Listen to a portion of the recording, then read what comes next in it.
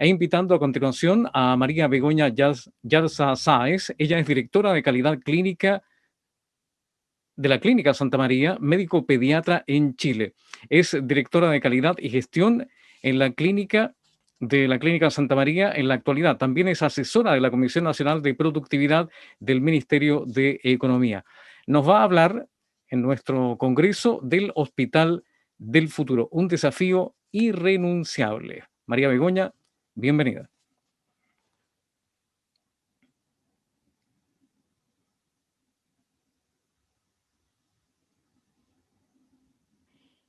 Buenas tardes. Primero agradecer que me hayan invitado a este congreso, a esta novena versión. Y lo que queremos transmitir en esta versión tiene que ver con el desafío que tenemos como país en relación a la inversión hospitalaria. Ya, vale. No solo la inversión en salud en términos de dispositivos, sino que en particular en los hospitales. Y esta conversación tiene una conversación que es tremendamente estratégica y que están vinculados, por cierto, los temas sanitarios, pero interpela a todo el equipo que participa en inversiones. ¿No se escuchó, no? ¿Cuál es el contexto? El contexto primero, para cualquier desarrollo de proyecto, el contexto que tenemos hoy tiene que ver con el planeta y, por cierto, con una mirada ecológica sobre los desafíos en general. O sea, no puede haber ningún proyecto ni de inversión, ni ningún proyecto en salud, y ningún proyecto país, si no está en el marco de una economía sostenible y desde una mirada ecológica, ¿cierto?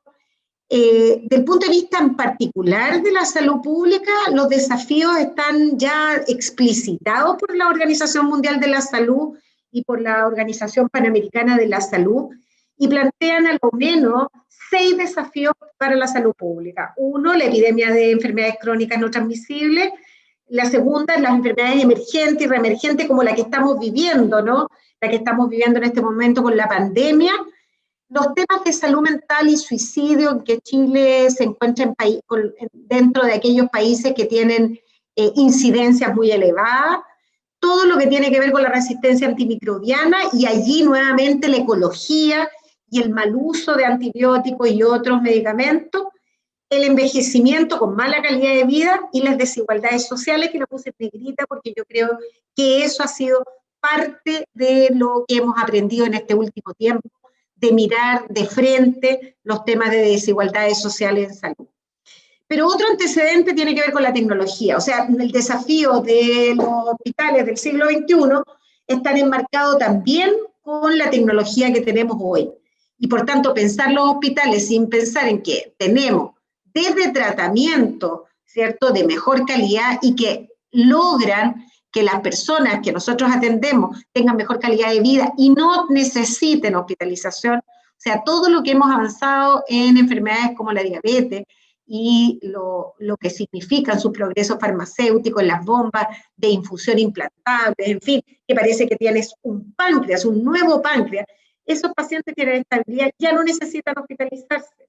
No necesitan hospitalizarse aquellos pacientes que antes, con problemas de salud mental del tipo de la esquizofrenia u otros, requerían hospitalización. Hoy los medicamentos proponen tratamientos ambulatorios. ¿Para qué hablar de las técnicas quirúrgicas mínimamente invasivas que revolucionaron en las últimas décadas del siglo XX y ahora en el siglo XXI aparecen nuevas y aparece todo lo que tiene que ver con la radiología intervencional? O sea, yo puedo resolver problemas quirúrgicos desde la radiología intervencional, desde la cirugía mínimamente invasiva, sin requerir hospitalizar al paciente. Lo tengo que hacer en un centro, pero rápidamente puede volver a su casa, a su comunidad. Todo lo que tiene que ver con teleconsulta, telerehabilitación, telediagnóstico, teletriage, o sea, aprendimos ya de que esas herramientas llegaron para quedarse y estábamos con una lentitud para incorporarlas y rápidamente las incorporamos y hoy tenemos ese aprendizaje. O sea que yo estando en mi casa puedo recibir telerehabilitación, teleconsulta, pueden hacerme un triage para saber si efectivamente necesito acudir al hospital. ¿Y para qué hablar de las tecnologías de diagnóstico? Y ellas, que antes eran cruentas, hoy son con bajo riesgo y también se pueden hacer ambulatorias. ¿Qué quiere decir? De que la tecnología nos interpela al hospital. ¿Qué hospital requerimos si las tecnologías que hoy tenemos nos invitan a que las personas vivan en su comunidad, en su casa, y reciban desde allí una enorme cantidad de intervenciones y de atención? Y que la pasada por el hospital es corta, pero la relación con el sistema sanitario es más de largo aliento.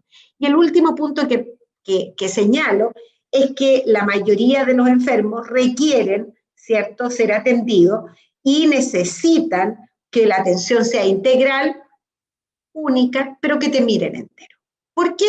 Por lo que hablábamos en un principio, ¿cierto?, de todo el tema de comorbilidades. Ya nadie tiene un problema de salud. Necesita que lo miren entero porque participan otros problemas. Y el último elemento de antecedente que tiene que ver con las personas es que la gente está enojadita. ¿Y por qué está enojada? Está enojada porque el sistema sanitario no responde como ellos quisieran. La asimetría de la información ya no la pretende aceptar, la gente busca la información, participa de otras industrias, va a un retail y recibe desde el retail aquellas prestaciones que el retail considera que es para ella, o sea, el retail conoce de las personas más que el sistema sanitario conoce de ella. O sea, la gente dice, ¿por qué este estándar en el sistema sanitario? ¿Por qué estamos en el siglo XX y no en el XXI? Y los costos de producción que al incrementar la tecnología y no baja el recurso humano. Eso es una característica de la industria de la salud, ¿cierto? Que no implica disminuir las personas que atienden el incorporar tecnología. Por lo contrario. Y entonces, ¿qué es lo que ha hecho el mundo? Lo que ha hecho el mundo es decir, ¿cómo me paro en el siglo XXI? Dado estos antecedentes y estos desafíos, ¿cómo me paro en el siglo XXI? Y aquí muestro todas las aproximaciones, tanto latinoamericanas como europeas, como norteamericanas, de cada uno de los sistemas sanitarios tratando de aproximarse a resolver el tema de los hospitales y el tema de la atención sanitaria en el siglo XXI. Y entonces, la propuesta de América Latina son las redes, ¿cierto? Redes integradas es la respuesta que da la OPS a este desafío. Pero en Europa, algunos países europeos, y aquí hay una respuesta de Hospital del Futuro que hicieron en el IESE, que es un centro de investigación y de management, y ellos concluyeron en estos 9 ámbitos cosas tremendamente interesantes. Es un informe del 2015. Hospitales más pequeños. Dado que la gente necesita personalización en la atención, que es compleja las personas que van a tener que hospitalizarse, porque el resto de las prestaciones, el 80%, el 90% se hacen, ¿cierto?, en la comunidad, en dispositivos de menor complejidad y ambulatorios, el paciente que se hospitaliza es de gran complejidad, pero es menos. Y eso significa además que yo necesito mirarlo integralmente, humanizadamente, porque las exigencias de las personas son distintas. Estamos hablando que pequeños son hospitales de 300 camas, son hospitales que combinan la complejidad y por tanto la capacidad de recibir pacientes muy complejos de otros lugares para concentrar demanda, pero además con mirada de territorio. O sea, a ellos le llamaron a eso como una vinculación dual, territorial y terciaria. Pero claramente es un estilo de hospital más personalizado, de pacientes más complejos y más pequeños. ¿Qué es lo que dice el gobierno inglés?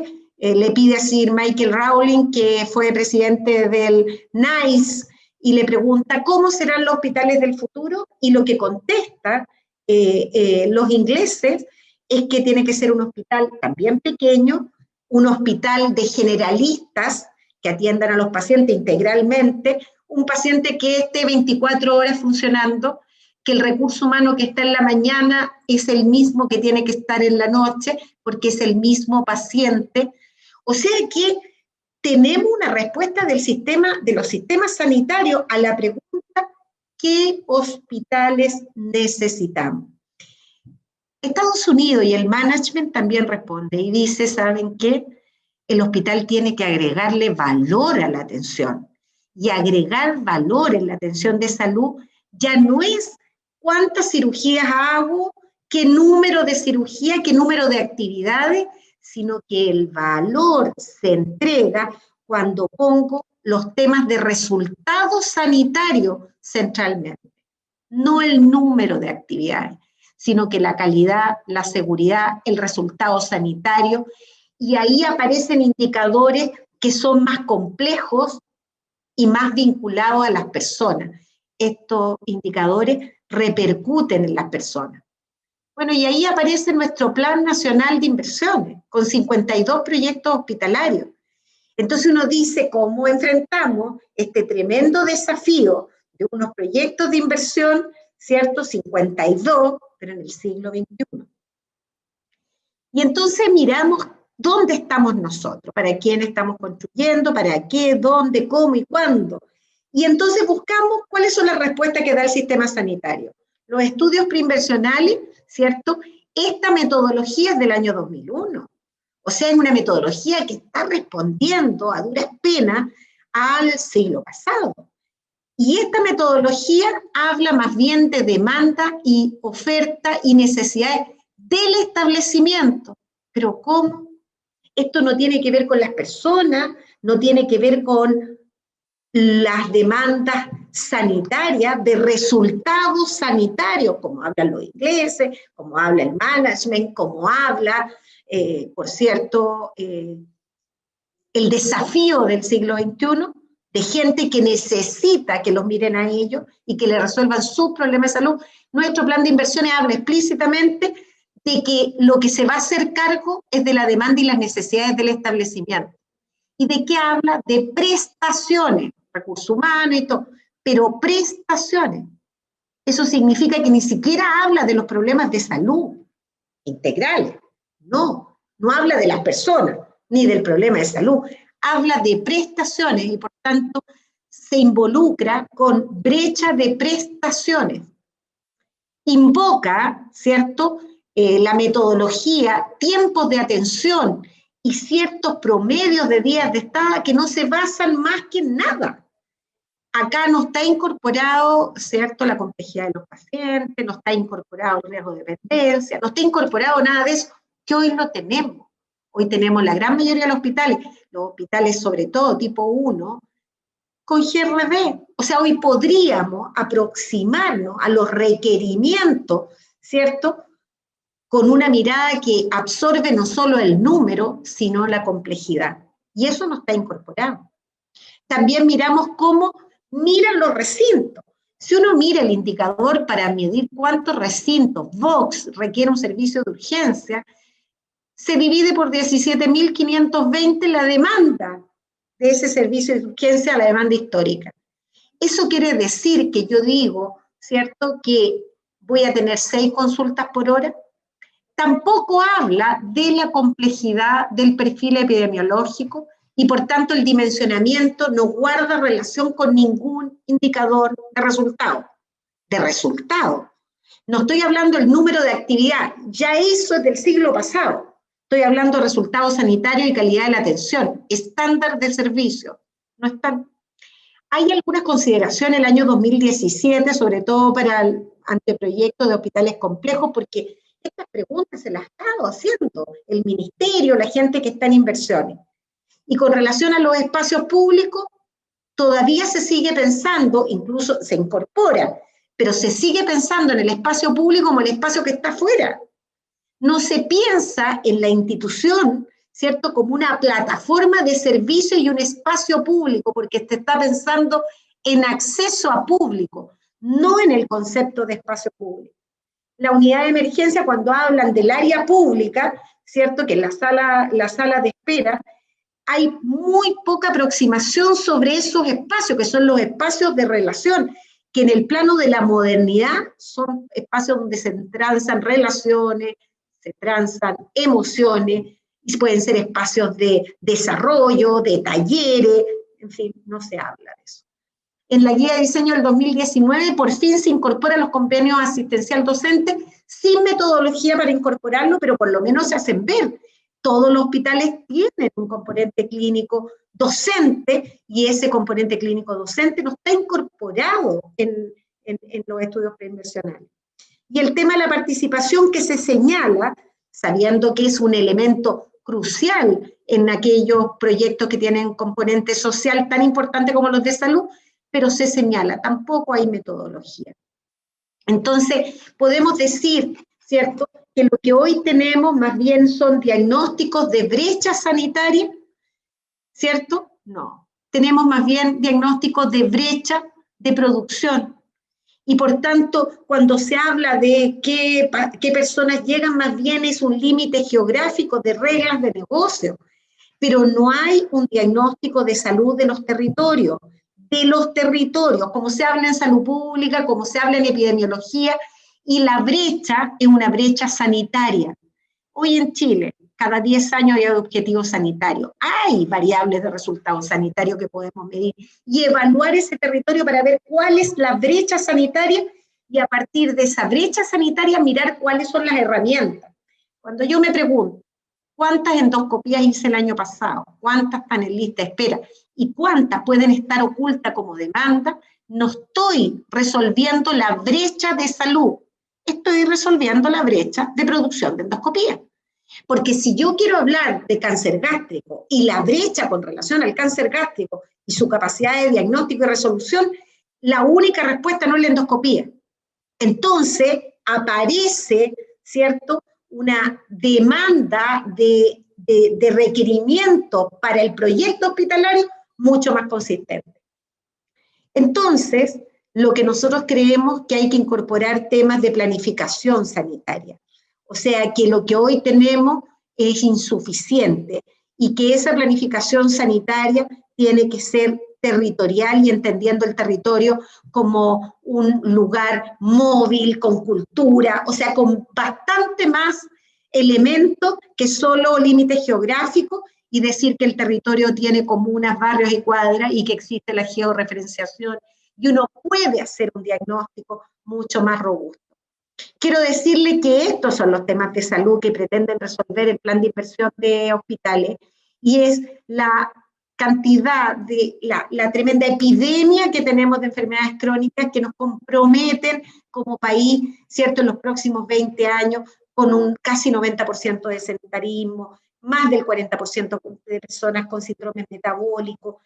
Es realmente impactante lo que tiene que resolver esto. Por tanto, esta planificación tiene que poner estos objetivos sanitarios como centrales, esa es la brecha, y tiene que incorporar en su diseño estratégico los elementos de participación de las personas y las comunidades, porque cuando se incorporan hoy, se incorporan al final como un mecanismo de gestión del cambio para convencerlos de que esa inversión hospitalaria es la que les debería gustar, pero no son parte y no tenemos una metodología en el EPH que nos permita levantar de forma estructurada, ¿cierto?, estos requerimientos.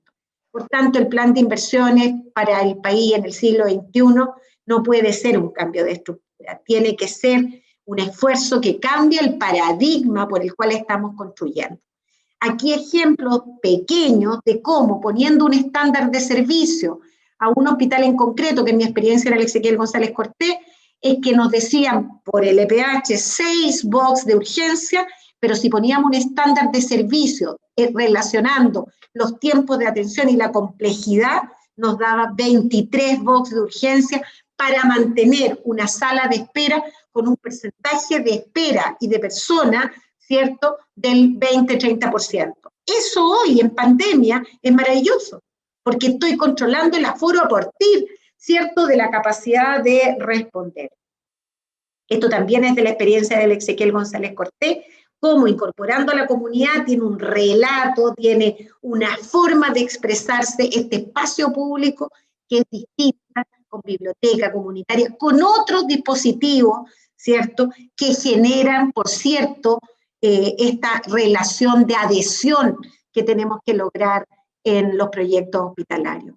Por tanto, yo diría que los criterios estratégicos para el diseño, además del modelo de atención centrado en las personas, tiene que haber participación comunitaria desde el inicio y que todo este diseño tiene que ver con los resultados sanitarios. Eso es lo que estamos construyendo. Mejor salud, no más producción, mejor salud. Y aquí una referencia corta en relación a la experiencia COVID, en que si uno mira los estudios preinversionales y estudia nuestras metodologías, todas las que tenemos, las salas, ¿cierto?, de las salas de espera, las salas donde están los funcionarios, las residencias, las salas de estar, estaban absolutamente invisibles y aparecieron con el COVID. Si uno busca, no solo en el EPH, sino que también en los requisitos para la acreditación y en los requisitos de la autorización sanitaria, en ninguna parte existen criterios ni técnicos, ni de diseño, ni de estándares, ¿cierto?, claro, con respecto a esos espacios, salvo decir que tiene que tener baño comunitario o tiene baño para las personas que están en la espera, pero no hay criterio de diseño de verdad. Entonces, el COVID nos enseñó de que tenemos que incorporar esos espacios que estaban invisibilizados y quizás sean los espacios que más habitan las personas que nosotros atendemos, porque la espera en la urgencia es más larga que la atención, que la espera de los familiares es más larga que la visita, y entonces darle un poco de atención a esos espacios. Entonces, el mandato del sistema sanitario, como ya bien dice, cerrar la brecha sanitaria con la participación de las personas, y yo creo que el desafío del plan de inversión y el desafío de los hospitales es cambiar el paradigma biomédico por un paradigma, ¿cierto?, centrado en las personas y la comunidad, y en cada una de las acciones que el sistema sanitario lo haga, tiene que tener este sello. Así que ese era lo que quería transmitir, compartir con respecto al desafío de los hospitales del siglo XXI en Chile. Muchas gracias. Muy bien, agradecemos a la doctora María Begoña Yarza por esta exposición y también la tenemos en línea para contestar algunas preguntas de nuestra audiencia. Ya puede habilitar su micrófono, doctora, para que le podamos escuchar correctamente. Antes de ir con las preguntas, quisiera compartir con usted un mensaje que nos envía Jorge Quesada. Dice: felicidades por la exposición, clara y con pasión. Es un gusto escuchar a un expositor como usted. Así es que comparto con usted estas felicitaciones. Muchas gracias, muchas gracias. Muy bien. La primera pregunta dice lo siguiente. ¿Usted cree que el sistema hospitalario y de salud chilena se acerca al sistema francés? Compleja pregunta, porque yo no he habitado el sistema francés, algo conozco y conozco más bien el sistema español y en particular catalán, ¿no? Pero lo que tiene el sistema chileno, ¿cierto?, que es muy particular, esta forma que tenemos nosotros de que el sistema está más fragmentado que lo que está en Francia o en España, y eso significa que las aproximaciones a los temas sanitarios tienen orígenes de varios lugares. El sistema sanitario en Chile tiene una primera división en público y privado, pero a su vez están fuerzas armadas institucionales, y hay estrategias de salud, por ejemplo, ocupacional, que también tienen otras instituciones. O sea que la mirada del sistema sanitario chileno desde su origen es diferente, por cierto, al sistema sanitario francés. Perfecto. Nos envían otra pregunta. Señala lo siguiente. Suecia mostraba su metodología de trabajo en una reciente exposición de nuestro Congreso. ¿Chile lo debiera estandarizar? Bueno, Chile tiene estandarizados, tiene, como yo lo mostraba, estandarizaciones. Y yo creo que la conversación de estandarizar son los criterios, ¿cierto? Uno tiene que estandarizar la metodología con que uno va a abordar los temas, no el resultado estandarizado. Viste que cuando uno cree que la estandarización es que yo tengo que hacer iguales los resultados, ahí perdimos todo, porque lo que uno trata de aproximar en una salud que está centrada en las personas y en las comunidades es dar y entregar a las comunidades y a las personas aquellas cosas que necesitan. Entonces es muy difícil que comunidades distintas, culturalmente distintas, con requerimientos distintos, el resultado, ¿cierto?, les iguale, les sirvan a todos. Por tanto, la invitación, que es una invitación bien profunda, es estandarizar las metodologías, las aproximaciones, los criterios de diseño, y yo creo que tenemos que avanzar muchísimo en eso. En eso sí tenemos que avanzar, porque la estandarización es una herramienta. La segunda, que a mí me parece interesante, es cómo generamos espacios de conversación más amplios, con metodología, muy bien, estandarizada, no tengo problema, pero espacios de conversación que convoquen a otros actores, y el sistema sanitario no se mire a sí mismo y se diseña a sí mismo, sino que el sistema sanitario abierto en espacios de conversación, con metodología estandarizada, invita a otros sectores, a los ciudadanos, a la comunidad, a las organizaciones, en general, organizaciones civiles, a conversar sobre la inversión en salud. Eso sí me parece.